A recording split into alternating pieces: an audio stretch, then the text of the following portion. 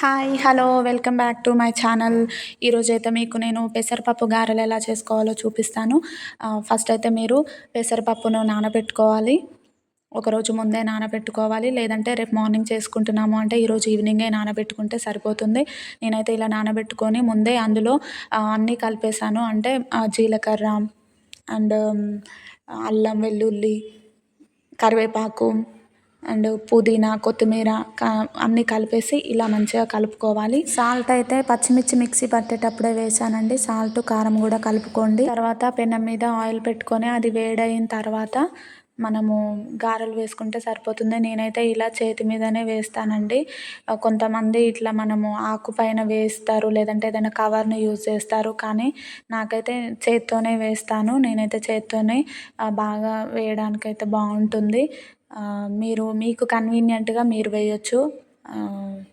ఇలా మనము ఫ్రై చేసుకుంటే సరిపోతుంది. కొంచెం బ్రౌన్ కలర్ వచ్చేంత వరకు ఫ్రై చేసుకోవాలి.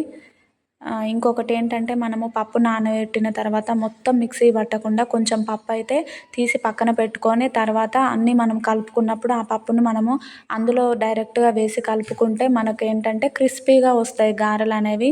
మంచిగా కరకరలాడుతూ క్రిస్పీగా వస్తాయి. నేనైతే ఎప్పుడు చేసినా కూడా కొంచెం నానబెట్టిన పప్పు పక్కకు పెట్టి అందులో కలుపుతానండి. సో ఇలా ఫైనల్గా మనకైతే ఇలా బ్రౌన్ కలర్ వచ్చేంత వరకు డీప్ ఫ్రై చేసుకొని తీసుకుంటే బాగుంటుంది. ఇవైతే మంచిగా మనకు క్రిస్పీగా అనిపిస్తాయి. చూడండి ఇక్కడ మనము ఇలా తుంచగానే తునిగిపోతాయి అన్నమాట. చాలా క్రిస్పీగా, తినడానికి కూడా చాలా టేస్టీగా ఉంటాయి. పప్పు అలా పైన కనిపిస్తూ ఉంది చూడండి, నేను డైరెక్ట్గా యాడ్ చేసిన పప్పు.